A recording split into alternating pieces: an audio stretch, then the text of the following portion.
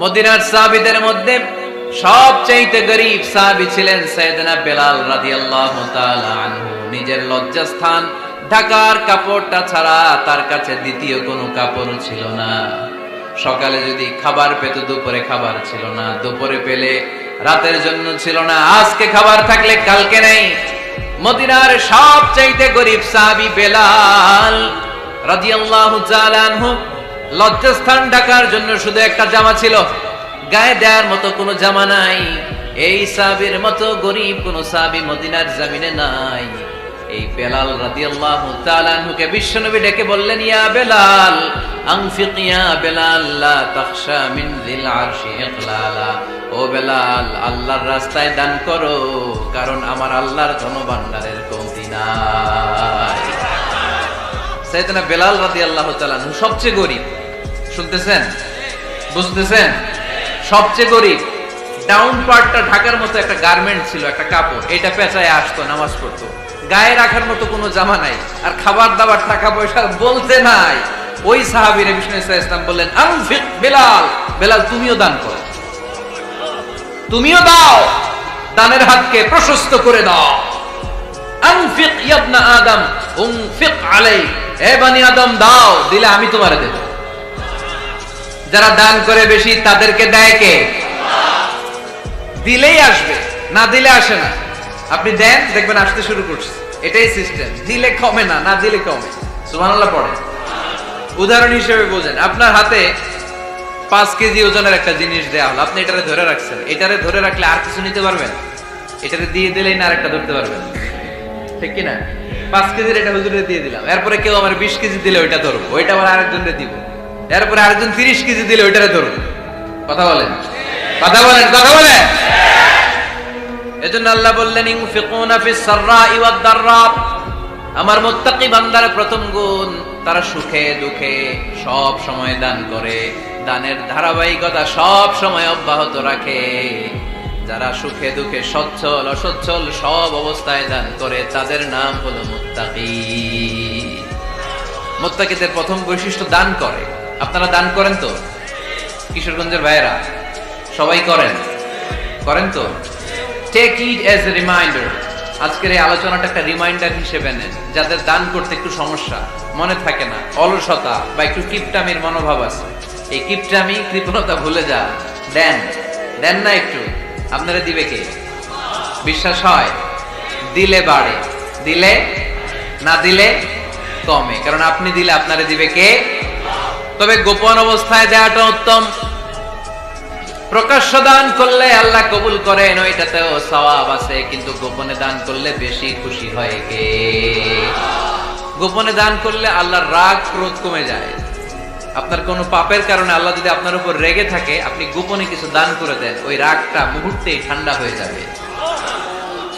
7 শ্রেণীর ব্যক্তিকে আল্লাহ তাআলা আরশের নিচে ছায়া দিবে কিয়ামতের দিন, যেদিন আকাশের সূর্যটা মাথার কাছে চলে আসবে, জমিনটা তামার জমিন হয়ে যাবে, তৃষ্ণায় মানুষের জিহ্বা বের হয়ে কুকুরের মতো নাভির সামনে ঝুলতে থাকবে। সূর্যের প্রচন্ড কিরণ আর তাপে মাথার মগজগুলো গলে গলে নাকের ছিদ্র আর কানের ছিদ্র দিয়ে ভাতের মাড়ের মতো টপ টপ করে বেয়ে বেয়ে পড়বে। আল্লাহর আরশের ছায়া ছাড়া সেদিন আর কোনো ছায়া থাকবে না। বিষ্ণু বললেন, 7 শ্রেণীর ব্যক্তিকে আল্লাহ তাআলা সেদিন আরশের নিচে ছায়া দিবে। তার মধ্যে থেকে 1 শ্রেণীর ব্যক্তি, কিশোরগঞ্জের ভাইয়েরা খেয়াল করে শুনেন, তার মধ্যে 1 শ্রেণীর ব্যক্তি হচ্ছে রাজুলুন তাসাদ্দাকা বিসাদাকা ফাআখফাহা। 1 শ্রেণীর ব্যক্তি হচ্ছে ওই ব্যক্তি যে গোপনে আল্লাহর জন্য দান করে। হাত্তা লা তা'লামু শিমালুহু মা তুনফিকু ইয়ামিনু। এমন গোপনে এসে আল্লাহর রাস্তায় দান করে দেয়, তার ডান হাত কি দান করেছে বাম হাত টের পায় না। ডান হাত কি দিল, বাম হাত দেখে নাই। অন্য মানুষ জানা তো দূরের কথা, এই গোপন দান আমার আল্লাহর কাছে খুব প্রিয়। এজন্য একটু দান করার অভ্যেস করেন, অল্প করে করেন। আজকে যে এই 5 টাকা দান করে দেন মসজিদে, 2 টাকার নোট থাকলে দান করে দেন, 1 টাকার পয়সা থাকলে দান করে দেন। দান করতেই হবে, কারণ মুত্তাকি হতে চাইলে এই দানের ধারাবাহিকতা কন্টিনিউয়াসলি এটা রাখতে হয়, এটা থামানো যায় না। সময় ভালো বেশি দিলাম, সময় খারাপ কম দিলাম, কিন্তু দিতে হবে। রাজি আছেন? আল্লাকা সিররুন ইনদাল্লাহ বাইনাকা আনতা ওয়া বাইনাল্লাহ হাল্লাকা সাদাকাতুন তাখফা লা ইয়ালামুহা ইল্লাল্লাহ হাল্লাকা সিররুন ইনদাল্লাহ বাইনাকা আনতা ওয়া বাইনাল্লাহ হাল্লাকা সাদাকাতুন তাখফা লা ইয়ালামুহা ইল্লাল্লাহ। হাল্লাকা সিররুন ইনদাল্লাহ, তোমার আর তোমার আল্লাহর মাঝে কোনো গোপন আমল আছে নাকি যেটা আল্লাহ ছাড়া কেউ জানে না? জীবনে আমাদের প্রত্যেকেরই এমন কিছু গোপন আমল, ইবাদত আর দান সদকা করা দরকার যেটা দুনিয়ার কেউ জানে না, জানে আমার রব আর জানি আমি। এরকম দান থাকার দরকার আছে না নাই? তোমার জীবনে এমন কোন গোপন সাদাকা আছে নাকি যেটা আল্লাহ ছাড়া কেউ দেখেনি? এই গোপন সাদাকাটা আল্লাহ খুব পছন্দ করে। এখানে মাদ্রাসা, আজকে আমার ভাই অমুক ভাই দিবেন 2 লক্ষ টাকা, বলেন মারহাবা। এটা উনি আল্লাহর জন্য দিতে পারে, মারহাবার জন্য দিতে পারে, ঠিক কিনা? কিন্তু রাতের আধারে রাস্তার পাশ দিয়ে হেঁটে যাচ্ছেন, মসজিদের দান বাক্সটা লেখা, উপরে সাইনবোর্ডে লেখা মুক্ত হস্তে আল্লাহর ঘরের জন্য দান করুন। কেউ নাই, কাক পক্ষী নাই, রাত বাজে 2টা, হঠাৎ করে পকেট থেকে 1000 টাকার বা 100 টাকার কচকচে নোটটা আপনি দান করে দিলেন। ওই দানটা 1 কোটি টাকার দানের চেয়েও বড় দান। কারণ দুনিয়ার কেউ তখন দেখে নাই, দেখেছে কে? কেউ যেটা দেখে না সেটা দেখে কে? কেউ যেটা জানে না সেটা জানে কে? সবার চোখ ফাঁকি দেয়া গেলেও আমার আল্লাহর চোখ ফাঁকি দেয়া যায়? এজন্য দান করতে হবে একজনের খুশির জন্য, তিনি কে? এজন্য রাব্বুল আলামিন বলেন, মাসালুল্লাযীনা ইউনফিকুনা আমওয়ালাহুম ফি সাবিলিল্লাহি কামাসালি হাব্বা أنبتت 7 سنابل في كل سنبلة 100 حبة والله يضاعف لمن يشاء والله واسع عليم। সুবহানাল্লাহ পড়েন। আল্লাহ বললেন, এই যে তোমরা আমার রাস্তায় দান করো, এটার উপমা একটা চারা বীজের মতো। এই চারা বীজ জমিনে গেড়ে দিলে সেখান থেকে 60টা শীষ গজায়, প্রতিটা শীষ থেকে 100টা করে দানা হয়, প্রতিটা শীষে জন্ম নেয় শত শস্য দানা। সুবহানাল্লাহ। চারা বীজ ছিলেন না, মাটিতে ঢুকাই দিলেন, 60টা শীষ গজালো, প্রতিটা শীষে আবার 100টা করে দানা, মোট কটা হইলো? 700টা। এক চারা বীজ থেকে যেমনি 700 দানা গজায়, তেমনি 1 টাকা দান করলে এরকম 700 গুণ সওয়াব আপনার আমলনামায় ঢুকাই দিবে কে?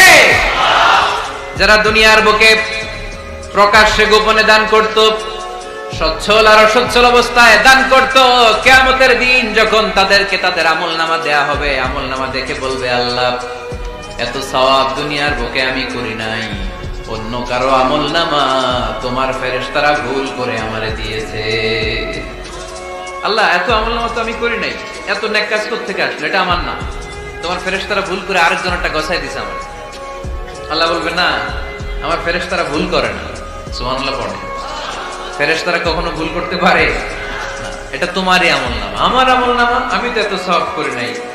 আল্লাহ বললেন, তুমি যে ওই আমার খুশির জন্য দান করেছো, ওই ছোট্ট দানটাকে আমি বড় করে তোমার আমলনামায় ঢুকাই দিয়েছি। আরো আস্তে কোন সুবহানাল্লাহ।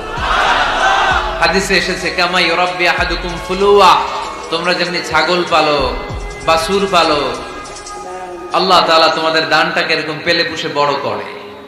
আপনারা কিশোরগঞ্জে গরু পালন কারা দেখি? মাশাআল্লাহ, সবার বাড়িতে গরু। হ্যাঁ, বাড়ি বাড়ি আপনার বাড়িতেও আছে। তো এই যে গাভী যখন বাচ্চা দেয়, বাছুর হয়, খুশি লাগে না আপনাদের? মালিক কি করে? এটারে খাওয়ায়, খাইয়ে দাইয়ে পেলে পুষে বড় করে না কুরবানির হাটে বিক্রির জন্য।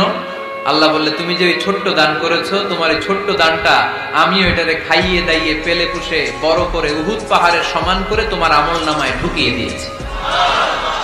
এজন্য আল্লাহ বললেন, আল্লাযীনা ইউনফিকুনা ফিস সাররাই ওয়াদ দাররা, মুত্তাকিদের প্রথম গুণ সচ্ছল আর অসচ্ছল উভয় অবস্থায় আল্লাহর জন্য তারা দান করে। সুবহানাল্লাহ। তাহলে মুত্তাকিদের প্রথম গুণ, তারা কি করে? জোরে বলেন, সবাই বলেন, আবার বলেন। আপনাদের কষ্ট হচ্ছে? দোয়া করে ফেলি আমরা তো। গলার আওয়াজ এত অল্প কেন? আওয়াজ করে উত্তর দেয়া যাবে? চিল্লায় পড়েন আল্লাহু আকবার। এভাবে উত্তর দিবেন, এভাবে আওয়াজ করে উত্তর দিলে আমি বুঝবো আমার কথা শুনতেছেন, বুঝতেছেন। তা না হলে আমি বুঝবো, বুঝতেছেন না, আমি এত কষ্ট করে বলি এরা বুঝে না। তো মুত্তাকিদের প্রথম গুণ তারা কি করে? আরো জোরে বলেন, কি করে? মুত্তাকিদের 2 নাম্বার গুণ আল্লাহ বললেন ওয়াল কাযিমিনাল গায়ব। মুত্তাকিরা শুধু সুখে দুঃখে সচ্ছল অসচ্ছল অবস্থায় তারা দান করে না। মুত্তাকি বান্দার 2 নাম্বার বৈশিষ্ট্য, তারা রাগকে হজম করে, ক্রোধকে নিয়ন্ত্রণ করে। সুবহানাল্লাহ। মুত্তাকিনরা অল্পতে চটে যায় না, হট টেম্পার্ড না। আমাদের অনেকে আছে হট টেম্পার্ড, কিছু বুঝলেও চেতে, না বুঝলেও চেতে। এরকম চেত আছে নাকি আপনাদের? রাগ রে আপনারা কি বলেন আঞ্চলিক ভাষায়? রাগী বলেন। তো এই যে রাগী মানুষ আছে না, গুসা উঠছে, এই যে গুসা যে উঠে, এটা খুবই স্বাভাবিক। গুসাটা ওঠা সবার ওঠে, এটা কি বলেন? ওঠে না? ওঠে না? আপনাদের মধ্যে থেকে গুসা বেশি ওঠে কার দেখি? আছে তো, রোগী আছে তো অনেক। আল্লাহ আপনাদের গুসাগুলোরে ঠান্ডা করে দেয়, আর ভালো গুসাগুলো যেন আপনারা ইসলামের পক্ষে করতে পারেন। আল্লাহ তৌফিক দান করো। রাগ হবে ইসলামের জন্য। আল্লাহর জমিনে আল্লাহর বিধান লঙ্ঘন হলে আমরা রেগে যাব, চিল্লায় বলেন ঠিক কিনা? এছাড়া কেউ আমাদেরকে রাগাতে পারবে না। ওয়াল কাযিমিনাল গায়ব। মুত্তাকিন বান্দারা রাগকে হজম করে। রাগ হওয়াটা খুব স্বাভাবিক, এটা ন্যাচারাল, এটা কি প্রাকৃতিক। আমাদের দেহে এক ধরনের হরমোন আছে, এটার নাম হচ্ছে অ্যাড্রেনালিন বলে এটাকে, অ্যাড্রেনালিন হরমোন। তো এই হরমোনটা যখন নিঃসরিত হয় তখন আমরা রেগে উঠি, এর আগে আমরা রাগি না। This adrenaline hormone triggers up your bodies fight response. এটা নিঃসরিত হলেই বডি তখন ফাইট করতে মন চায়, মনে চায় খায়া ফেলাই, মাইরা ফেলাই, দইরা ফেলাই, অফ করে হোতা এলাই। আপনারা বলেন না এগুলো? মাইরা অ্যালবাম, কাইটটা অ্যালবাম, অফ করে হোতা অ্যালবাম বলেন আপনারা? এগুলো কখন বলেন? যখন রেগে যান, যখন রেগে যা। কিন্তু মুত্তাকি হতে চাইলে যখন তখন রেগে যাওয়া যাবে। ওয়াল কাযিমিনাল গায়ব। যুবক ভাইরা খেয়াল করে শোনো, মুত্তাকি হতে চাইলে 2 নাম্বার যে বৈশিষ্ট্যটা আমাদেরকে ধারণ করতে হবে সেটা হচ্ছে ওয়াল কাযিমিনাল গায়ব। রাগকে নিয়ন্ত্রণ করতে জানতে হবে। রাগ এটা ভয়ঙ্কর। অনেকে রাগ করতে করতে যে স্ট্রোক করে ফেলে, আছে না? হার্ট অ্যাটাক করে ফেলে। অনেকে রাগের মাথায় মারাও যায়, আছে না নাই?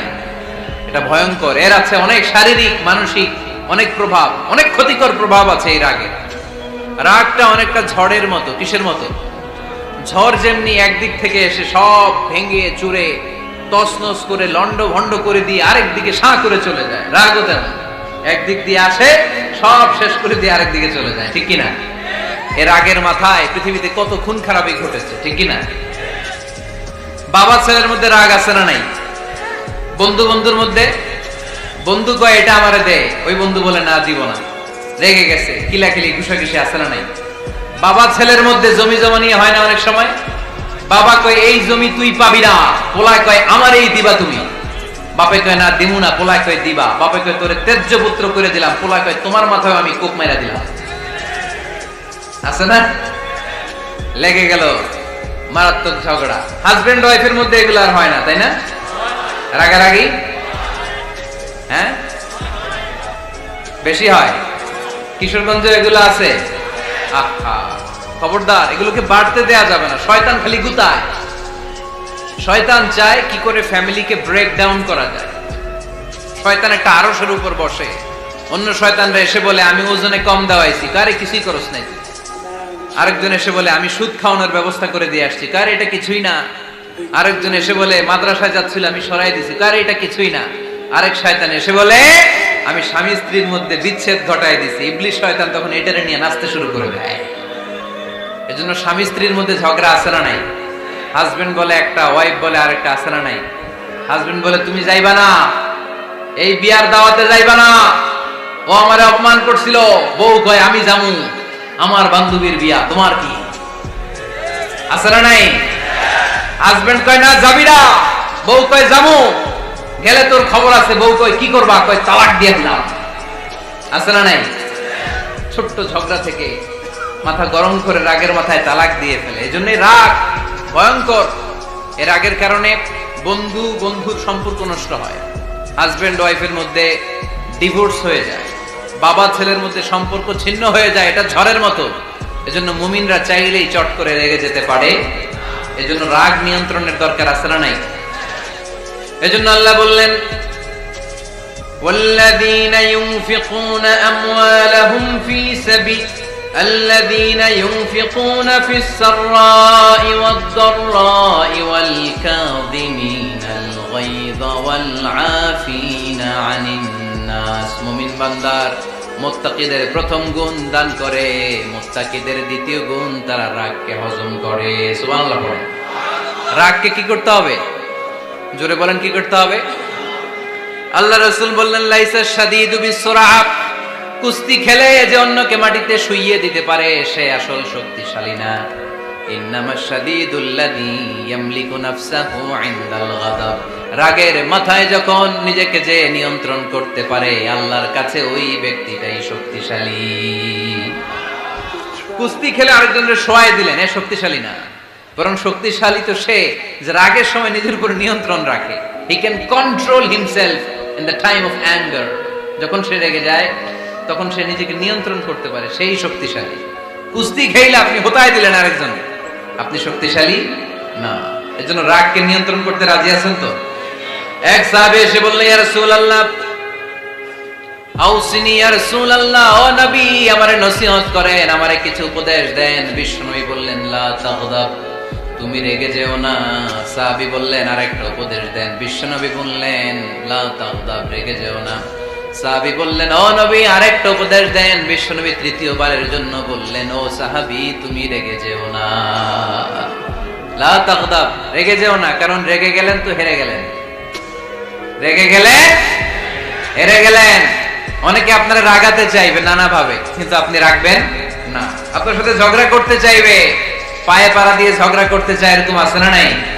আপনারা রাগাতে চায়, ফুসলাতে চায়, কিন্তু মুমিনরা, মুত্তাকিনরা তারা যেন তেন কোনো কারণে রেগে যায় না, তারা তাদের রাগকে হজম করে। আলহামদুলিল্লাহ পড়েন।